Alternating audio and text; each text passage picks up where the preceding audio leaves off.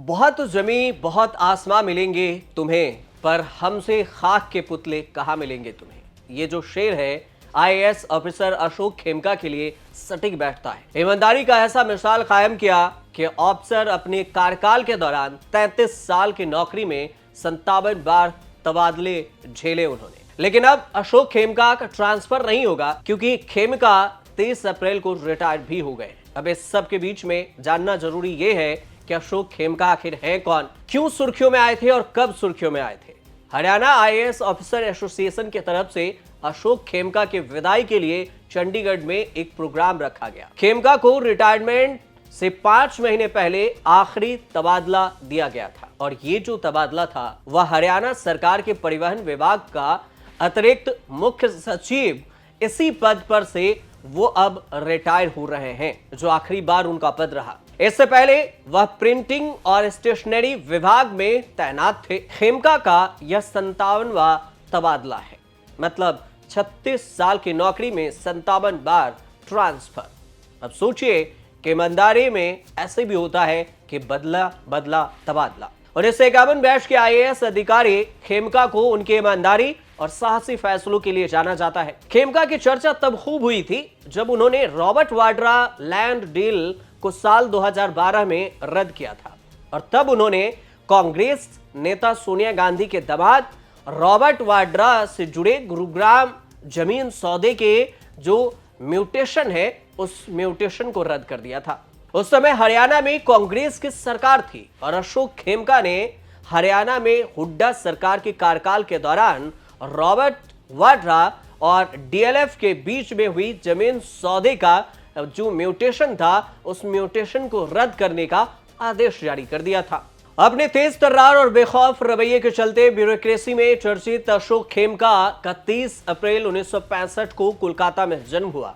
1988 में आईआईटी खड़गपुर से computer science और इंजीनियरिंग में बीटेक की डिग्री ले। इसके बाद Tata institute of fundamental research, short में अगर कहें तो TIFR से कंप्यूटर साइंस में पीएचडी और बिजनेस एडमिनिस्ट्रेशन और फाइनेंस से एक्सपर्टीज के साथ साथ एमबीए किया। अब मुंबई में कंप्यूटर साइंस में पीएचडी किया और साथ में एमबीए भी की। अब इन सब के बीच उन्होंने यूपीएससी की परीक्षा दी, और यूपीएससी का परीक्षा जो 1951 में दिया, और इस बार वो आईएएस बन गए। 1951 बैच के आईएएस अधिकारी बने अशोक खेमका, और खेमका जरूर 2012 में चर्चा में आए, लेकिन राज्य में नेतृत्व परिवर्तन के बाद भी उनके तबादले रुके नहीं। जहां भी गए उनका तबादला होता रहा, और इसके पीछे उनकी ईमानदारी और भ्रष्टाचार के खिलाफ जीरो टॉलरेंस का हवाला भी दिया गया। पिछले साल दिसंबर में ही 10 साल बाद परिवहन विभाग में वो लौटे थे, और इससे पहले 2014 में वह परिवहन आयुक्त के रूप में तैनात थे। तब उन्होंने बड़े वाहनों को फिटनेस सर्टिफिकेट देने से मना कर दिया था, क्योंकि उसमें कई सारी खामियां थी।